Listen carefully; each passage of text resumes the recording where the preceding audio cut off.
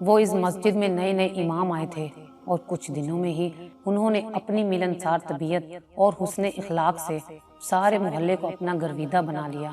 ان کا سارا گھرانہ ہی نیک اور متقی تھا۔ ایک دن انہوں نے سوچا کہ محلے دار تو اکثر میری دعوت کرتے رہتے ہیں، میرا بھی یہ فرض بنتا ہے کہ میں ان کی دعوت کروں۔ یہ سوچ کر انہوں نے گھر میں 40-50 بندوں کے کھانے کا انتظام کیا اور سوچا کہ چلو کم از کم مسجد کے نمازیوں کی تو آج دعوت کر دیتا ہوں۔ مغرب کی نماز میں 50 کے قریب نمازی تھے۔ انہوں نے امامت کرائی اور جماعت سے فارغ ہو کر گھر چلے گئے تاکہ لوگوں کے کھانے کا انتظام کریں،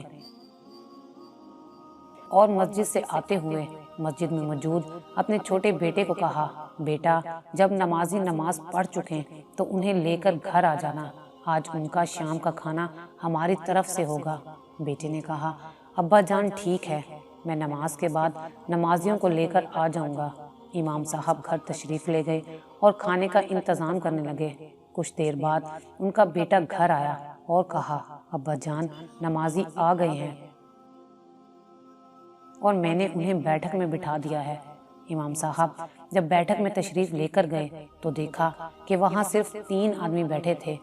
وہ بہت حیران ہوئے کہ مسجد میں تو 50 کے قریب نمازی تھے اور میں نے انتظام بھی 50 آدمیوں کا کیا ہے، تو میرا بیٹا صرف 3 کو لے کر کیوں آ گیا؟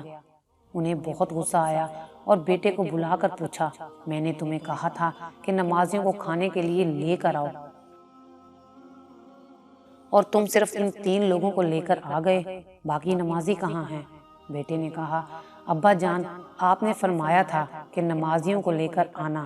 میں نے تمام نماز پڑھنے والوں سے پوچھا کہ آج امام صاحب نے جماعت کرواتے ہوئے کون کون سی صورتیں پڑھی اور آپ نے فرضوں کے بعد سنتوں میں کون سی صورت پڑھی، تو ان 3 کے سوا کسی کو بھی پتہ نہیں تھا۔